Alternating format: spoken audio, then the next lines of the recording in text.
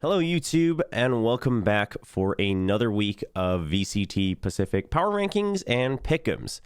And we need to talk.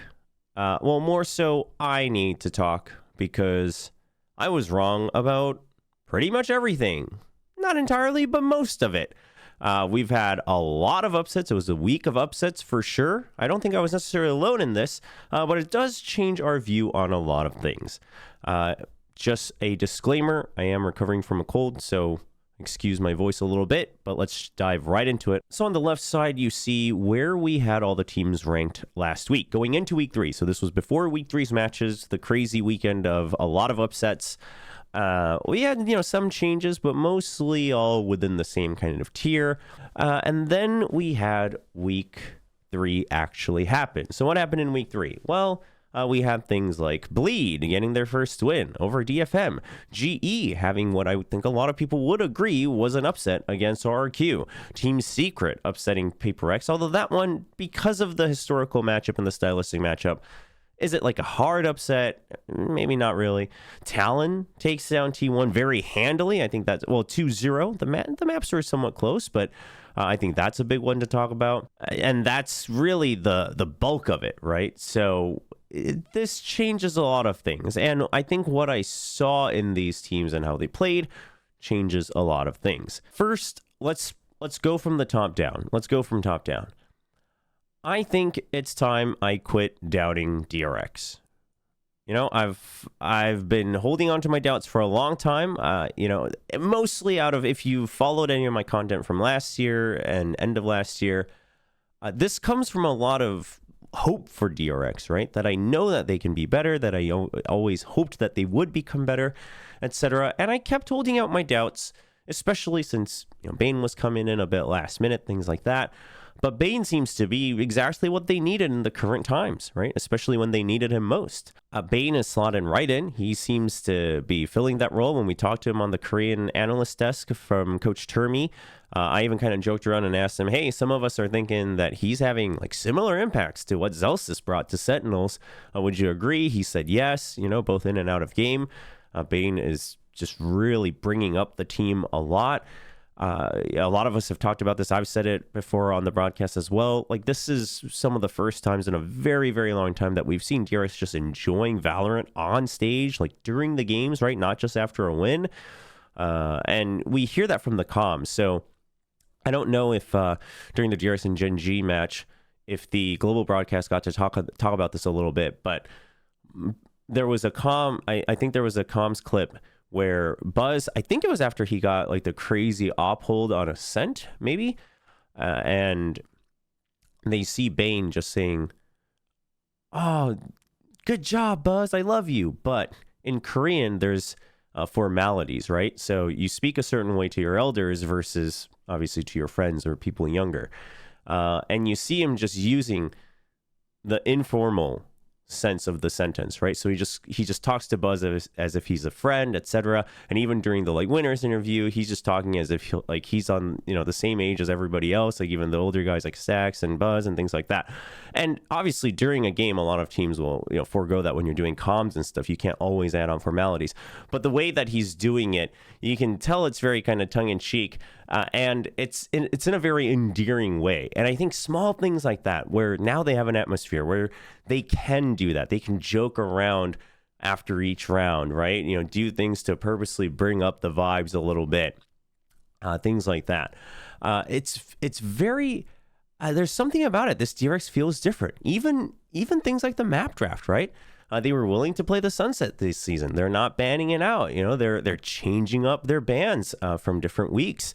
I mean, they are trying to get as flexible as possible. They are really trusting in the experience that they can get on stage. They're really trusting that the players can perform given any matchup. I think all of this, all the small, even out of game things, I think are a lot of the factors that fans have been waiting for DRX to upgrade. And I think it's all there. And then we see the results in game. So I'm just going to put them up there. Now, granted, their biggest test was GENG, and it was a 1-2 score line. Even against T1, they dropped a map as well. So are they definitive first? Like, would they cruise through playoffs? No, I don't think so. I don't think any team is going to cruise through playoffs at Pacific this stage. But so far, I think I have the most faith in DRX. to be able to take down any of the other opponents in Pacific, and potentially also maybe perform the best if they were to go to an international.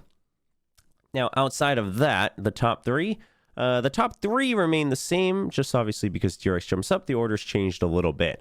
Now, PRX over Gen G, I actually had to think about this a little bit because I wonder, Gen G, they still performed okay against TRX, but while Gen G hasn't shown me too much in people targeting their weaknesses and them showing an evolution from it, I think PRX, obviously Team Secret absolutely crushed them. So despite Team Secret absolutely showing a masterclass against PRX in a 2-0 victory, I think PRX looked a little lost during that game, and then they regained themselves right away in the next matchup against Global Esports.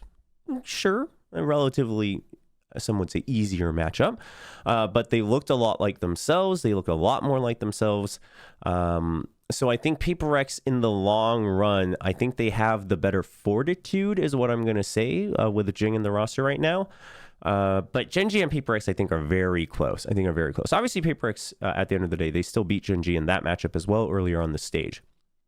Now, we got some big changes. So, T1, listen. I said going into week 2, if they don't do well, I'm done with them, right? I'm done with them. I'm dropping them. And then what do? They go in at the very end of week 2, and they bring out Excurita Agile against RQ. He looks like a leader. He's bringing them victory, and it looks all great. And I'm like, okay, maybe I want to hold out hope. Maybe this is the final form of T1 I've been looking for. So I held out hope. I don't regret that, but I was wrong. There's not much more to it. I mean, it's actually funny because in their matchup against Talon, we had head coach Frost from Talon on the pre-match interview on the analyst desk. And Frost said something interesting that stuck with me throughout the match, where he was like, yeah, but Excure comes from CS, and CS doesn't have 3 bomb site maps. So how is he going to call on Lotus? We're going to test that. And I think they tested it very well. Now, that's not the only reason they lost. I think Talon just did overall really good prep. They brought out a different comp, all of it very, very good. The comp was also really good against T1's comp and all of that. But I think throughout that match, we did see some of the limits. Like, Excurate still seemed pretty decisive, but T1 seemed pretty simple, right? So I do think it's time that I drop the hopium a little bit. Now, that doesn't mean, again, we're doing this week by week. So does that mean that they are going to be stuck at a lower rank forever? No, all these teams, I think, have a lot of potential, but we're going to have to drop them. So who rises? Whew. Well, I would say, let's make sure they're parallel here. Team Secret. Okay, they're looking better and better. Obviously, PRX, they win that matchup. They've faced them a lot of times. They've beaten them before. The prep comes in handy. They just crush PRX's Sunset. They make it look like PRX has no idea what they're doing on that map. Team Secret was looking good. They also are able to, not ZETA. ZETA was weak too. They take down DFM as well. Now, that one, it was a 2-1. So, obviously, the score is a little weird if you think about it retroactively. But overall, Team Secret looks to be getting better and better. Jeremy's still performing so well. He's actually, like, top of the board across a lot of these stats, especially among duelists. So, I think while overall the team has been performing better, so we don't only praise Jeremy. Like, everyone's been doing better. Like, even Borkham, I've said it on the analyst desk. Right? Some would say, including myself, that he might have been the weakest link coming into this year. He's saying that that shouldn't be true, and he's proving it. So overall, I think they're just looking better and better each week. They're looking more and more solid. Their mid-rounding continues to be really good. The antis continue to be good. And Jeremy performing and putting up numbers as the duelist helps a lot. That way, Envy can also focus on being that great trader and picking up the slack whenever it's needed. So I rank them right up there. Now, the thing that gets a little iffy, and this is going to be a matchup coming into week 4, is Talon versus Team Secret. Now, Talon is a little bit harder to rate, in my opinion, because they did keep dropping maps, right? And they kept showing, small little things. Like, some of the comms still seem to be a little bit delayed, or maybe not all the players were exactly on the same page, things like that. But they're also a team that's continuing to show improvement, and I think head coach Frost proved what he said, right? He said that he was sick of being antied, that they've got new comps prepared going into week 3, and they pulled it off to great success against T1. So given all of that, I rate them very high. I think they're showing the culmination of that potential. Now, I just think Team Secret has shown more consistency in their improvements. Also in this matchup, man, it has nothing to do with any of the players on Talon. It's just that, I mean, with the consistency of Team Secret, and I just think in terms of like the highest performing players on each team, I just can't. My stocks for Jeremy were really high, and my hopes for Jeremy were really high coming into this year, and I think we're starting to see the fruit of that. So that's why I give them the slight edge. But in this head-to-head matchup, it could get really close. It could get really close, and I don't think it should be considered a big upset if Talon were to win. I just rank Team Secret overall higher. I think they have a better chance of punching above their weight. So how far does T1 drop? In all honesty, trust me, I'm sick of my own hopium for T1 as well, right? How much longer do I need to wait? How much longer do I need to wait to see them try to get back up here? I have no idea. But do I think they've completely fallen from grace all the way to the bottom? I don't think so, right? Just individual firepower is still really good. And I think against weaker teams, that decisive style of calling is huge, actually. I think it's massive. I mean, we talk about some of the other teams that we have, some of the weaker teams. We'll get to them. One of the biggest problems is when they get pushed, they start to get indecisive. So I think being decisive is still a very strong suit. I think it's still very consistent, and the firepower is still good enough individually that they can still kind of protect themselves as that middle of the pack here in Pacific. So I'm going to rate them there, which does mean that RQ has kind of fallen from my copium levels as well. Now, obviously in the matchup against T1, I mean, a new style of calling coming out from T1, and then RQ also had to play with 2GE. So I'm not going to put too much weight into that, although I don't think the overall result would have changed if Estrella was playing. I think T1 still would have won. I think T1 just looked really good that day. I think they're calling again. The decisiveness really wrecked RQ, I think. Now, I think RQ still maybe has more potential than T1 in terms of like how quickly they can grow back up to the hope that I had for them. But in their current state, regardless of whether 2GE is still playing in the next match or not, I don't know the current condition of Estrella, but regardless of that, I think RQ probably has a bit more potential to falter when they're shaken, just a tad bit more.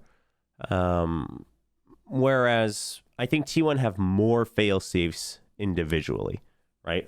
To me, RQ's fail safes are like Elmi, Moore, and Xfero. Jemkin is more of like the win condition. I don't really consider Jemkin a fail safe per se, but whereas T1, I really look at any of these guys and they could be fail safes. I mean, even Carpe could be a fail safe, especially now that he's not IGLing. Like he's fragging out, every other game and such. So that's why I rate T1 just slightly higher. But we'll see. Okay. So now it pains me. It pains me to have both of the Japanese teams still down here, but let's talk about, let's just go down the line. I'm going to keep ZETA in 8th, but quite frankly, I'm not quite sure where to put ZETA. I mean, ZETA, really, they could be anywhere from 7th all the way down to 11th, in my opinion, depending on the day. So that tells me that they're in a little bit of flux. So obviously we'll have to wait until the dust settles a bit. But listen, the heroic place to go to overtime against Shinji and Ascent, that might be why I'm keeping them in 8th and not any lower. And so obviously they have the individual firepower, but overall as a team, we're not seeing the advancements we thought we'd be seeing. And I do think we talked about this again on the analyst desk. A big part of this is, unfortunately, Huron. And I mean, listen, this guy's proven that I think he can play better back when he was in Challengers and even during the offseason. But whatever it is, whether it's, discomfort in some of the comps they're playing, whatever it might be, if you are that main flash initiator, you got to be confident, right? You have to be confident. You have to be quick. And if you're the one that gets delayed, or if you're the one that gets picked off, if you can't get the trades, a lot of things crumble. So maybe it's a little bit unfair pressure to him, but I do think he needs to step up. And until that happens, I mean, they'll hang on with individual heroics. But until that happens, I don't think their overall style can change drastically, right? That's such a crucial role that needs to be stable. So ZETA is going to hang down there. Now, just because of the individual heroics, they're up there. But quite frankly, I think GE could be rated above these guys. I think GE could be. We'll have to wait and see. Now, GE, they had a bit of a surge back up by taking down RRQ as well. So in some world, RRQ maybe should be dropping even lower. Maybe GE should be going higher. But again, we're kind of taking all the weeks into account here.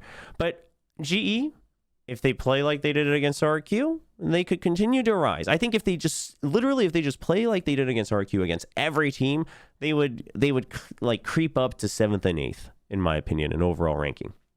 But then when they got pressed against PRX, I actually thought they'd put up an even better fight in that game. In all honesty, I think the map draft favored them 100%. Sure, they got bodied by ZETA in the opening week of Sunset as well, but they've still been playing on that map since the offseason. They've been playing it at off-season events, so it's not like they're foreign to that map. And then they had the icebox. I mean, things should have, even if they didn't win, I think they should have been able to put up more numbers in that matchup. But what that tells me is once you meet someone who is clearly stronger than you at an individual level, things start to show their cracks a little bit again. So that's why we're going to not boost them up too much. But I think the way they played against RQ, that was the potential. I think that was the potential. And that's why I'm not going to drop RQ too much either, because I think there is weight to that victory, right? I think that victory means a lot. I don't think it's just like RQ was, playing like garbage or anything like that. I think G just played really well that game. Bleed, we give them a little boost because I think they finally found their individual confidence. I think they found how to play to their strengths. They still play quite a simple game, but if that's what it takes to get your individual confidence back up there and to perform at your best, then so be it. That's what it's going to be. They even made some interesting decisions, right? Things like that was this week, right, where they played the double duelist. Yeah, Ye was on Raze and Darian was on Jet. On the split against DFM, they actually won that map, so be it. It works out. But what's important is that, listen, it's a star-studded roster. They found their individual confidence. I think that has value. Overall, strategically, the reason I'm not rating them any higher right now is I think it's going to take a long time for them to evolve as a team in terms of like style, comp, strategy, etc. But now they have the ability to kind of hang on their own. Which brings us back to square one for DFM. And it really pains me to say this. And I think a lot of people who were hyped about DFM after the T1 match in, what was that, week 2? Week 1? Would agree. Oh, this was week 1. Yeah, it was the last day of it was the last match of week 1. Because that game against T1, like they just played everything correctly. Like their prep was good, their ante was good. The ideas were good. The execution was good. They understood what they were setting up for and all of that. And since then, they have just regressed back to, oh, this doesn't work. May go kill. Oh, May doesn't kill. What do we do? Like they look like they're in shambles. The calling looks a little lost. It looks very delayed, which it did not. Now, granted, even against T1, the attacking wasn't what was impressive. I mean, they had some cool ideas on the attack, but it wasn't that successful. It was the defense that was always very successful and very well prepped. And we saw glimpses of that as well, right? Even against Team Secret, they make that huge run back on defense on Breeze. So it's very clear that when they don't have to be the ones making the first call, right? They don't have to be the ones asking the questions every time. They feel a lot more comfortable. So to me, this seems like a thing where Anthem is still getting into the IGLing role, right? It hasn't been long. He picked it up in, later half of last year / near the end, if I'm not mistaken. So it's new territory.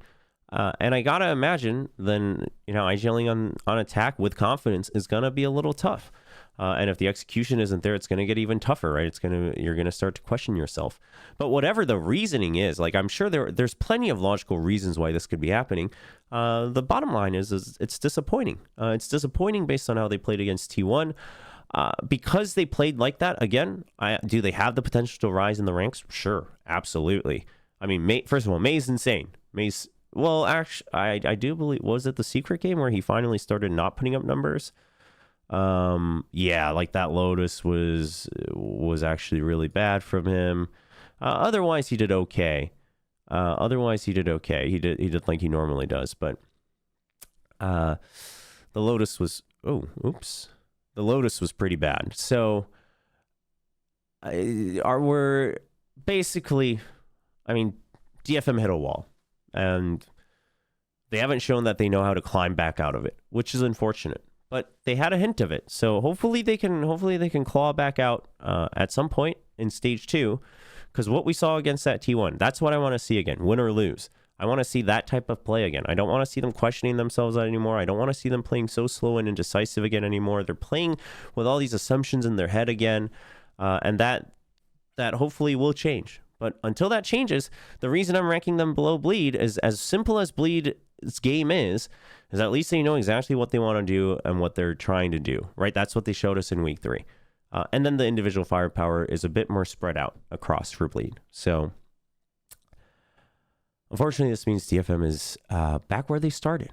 They're back where they started. So, this does result in some big changes. Let's kind of check this out. This is a big jump up for DRX. We'll change the numbers here in a second. But let's see, a pretty big jump up here for Team Secret. Huge jump up for Talon as well. It's funny, that Frost was giving me crap on the analyst desk for ranking them 9th. Well, hey, he proved me wrong. I'll take it. Any day of the week, I'll be proven wrong. Happy to be, quite frankly. ZETA actually just ends up not moving. That's interesting. That actually sums up exactly how I feel about that team right now, which is sad, but it's true. And DFM, the sudden rise and fall from grace. And DFM drops 6. I don't know, man. I mean, again, this doesn't mean that, like, if DFM and ZETA faced against each other, do I think DFM would just fold over? No, I don't think so. They could win. They could win against ZETA. But, like, not just as in, like, there's a 1% chance. I think they could. But it like, the fact that I have to add the disclaimer, but it kind of depends on the day, is... I'm not ranking a team off of that anymore. Honestly, I think this reflects exactly how a lot of these teams played in week 3, and overall how much potential they've already proven as well. DFM, the only one being kind of far lower ranked than the potential they once showed. But all right, this is it. Lock it in. This is going to be our ranking going into week 4. We'll probably do one right before playoffs as well, and then we'll do a final review after all the finals are over. I mean, these are some big changes from the very beginning of the season, in my opinion. But listen, DRX, I mean, this is huge props to DRX. I was a big DRX doubter, later half of last year, all the way coming in, even in the beginning of this year. And they've done it consistently enough to convince me that they deserve to be back at the top of my rankings. Well, with this in mind, let's see how our Pickems will look for week 4. Boy, oh boy. Week 3 was not kind to me. In all honesty, I think about this and I'm thinking, like, all right, listen, the Team Secret DFM, sure, you can say that was me continuing to try to ride the hopium for DFM. I'll take that L. Team Secret versus PRX. Honestly, while I would not have changed my prediction, I think I always would have chosen PRX, but I do think Secret beating PRX is not like a big upset. It's an upset, but it's not a big upset, especially matchup-wise. Specifically matchup-wise. But, I'll take that L. Listen, GE versus RQ, I mean, I am glad GE won, but I think me being confident in this RQ pick, I think it means a lot. Because I think that shows that GE played really well in that game, right? So, I mean, props to GE. Bleed beating DFM, I mean, going into week 3, that was a tough one. But I think DFM, basically because DFM showed their potential once, right? I mean, overall, listen, maybe I'm just making excuses for myself. But overall, I think half of these were legitimate upsets, which to me, that is giving props to the people who made the upset happen, right? Like Talon, GE, etc. I would even say Talon versus T1 was an upset on paper, right? Not like on potential and hope and, you know, in what you know from the inside, anything like that. But just from on paper, I would say this was still technically an upset, although maybe not as big of one, right? Just because of kind of T1's rockiness overall. Okay, anyway, going into week 4. All right, PRX versus Bleed. All right, I'll stop with my underdog hopium. PRX, we're sticking with that. GE versus DFM. I'm changing this, chat. I'm changing this. I think G's gonna come out and they're gonna have I think they're gonna, first of all, definitely have a better plan. And I think, you know, even though against PRX, some of their fragging power just wasn't there at all compared to what they showed against RQ. Like even Lightning Fast was struggling a bit. I think they'll get right back into it. T1 versus ZETA. I'm still going to stick with T1. Mostly just because T1 can still play exactly like they did against Talon, and I think they would win against ZETA. If they just play decisive, I think they'll still win against ZETA Division. Team Seeker versus Talon. This one's a toughie. Let me get back to that one. Bleed versus DRX. Zest versus his old teammates. Should be a fun one. Gaib's always been DRX's kryptonite. But you got to go with DRX in the current trend of things. Now, Genji versus RQ, chat. Don't read too much into this. RQ just needs this, man. RQ needs this. I'm going to stick with RQ on this one. Listen, I know I keep bumping them down on my rankings. I'm trying to be realistic on the rankings. But my hopium's got to stay alive here on the Pickems. So I'm sticking with RQ on this. Team Seeker versus Talon. This is really interesting. This is interesting. I was actually looking at this matchup earlier today, and even like the map draft. There's a couple things to consider here. Now, obviously, head coach Frost even went on the post-match interview, I believe, post-match press conference after T1, saying like they're prepared. Like teams, they can even send this interview to Team Secret. Like they're going to beat them 2-0. Team Secret only beat PRX because of the matchup, etc. And given what they prepared and showed against T1. I mean, I'm inclined to believe it, right? Because he talked his talk and then he walked the walk against T1. So I think they'll have a really good matchup. I think the map draft, that's where it's going to get interesting, because I don't know if Team Secret can just base it off of what they've seen so far. But at the end of the day, the reason I'm going to stick with Team Secret on this is I think Jeremy's impact is, I don't think we're actually talking about Jeremy enough, which is funny to say because I think we're talking about him a lot, mostly because we used to not talk about him too much. But I think Jeremy's going to be really, really big on this matchup. And I believe if they beat Talon, depending on Genji and RQ's game, there is a world where Team Secret can actually get first place in Group Alpha. Team Secret and Genji are both locked in. But I think there is a world. So I think this can have huge implications outside of the championship points. Obviously, this has big implications for Talon, but even for Team Secret. So I think they're still going to give it absolutely their all. Like, not just, hey, let's still try to get another win. Like, I think they'll come in. They'll come out swinging. And that doesn't mean I think any less of Governor. My stocks for Jeremy were high in the beginning, and I just feel like I'm being justified now. So I kind of want to stick with it. But this one's probably the most 50-50 game this week. Well, that's kind of an easy statement. That's a cold take, actually, with Bleed having double matches, unfortunately, against the top two of Group Omega. But yeah, we're going to stick with Team Seeker on that one. So GEDFM is the only one I'm really making a big change on. I guess that's not too shocking. We'll stick with that. Well, there you have it. Some of you are probably thinking, well, you seem to be wrong about so many things each week. Why does it even matter? Well, guess what? I mean, I think that's part of the fun. And honestly, a lot of the things I've said, I don't regret. If I went back in time, would I have changed in my mind? I don't think so. A couple of times I even put out disclaimers that, this is a little bit of copium or this is a little bit of hopium. I don't think so. But I think that's what's making Pacific this stage very interesting, is that teams are continuing to try to show their potential, like one above the other, each match, each week.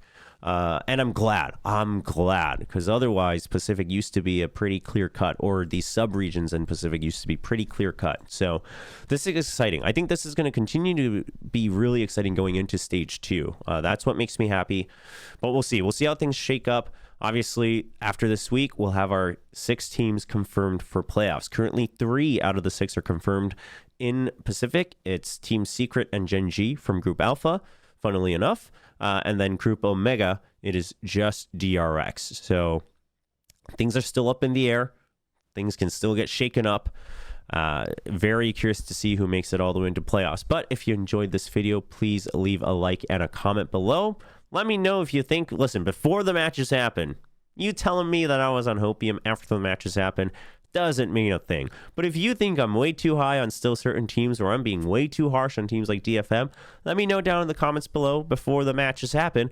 And also, I'd love to hear who you think the remaining 3 teams are going to be going into playoffs for VCT Pacific Stage 1. That's it for this time. Please make sure to subscribe to the channel, and I'll see you all after the league play is over. See you next week.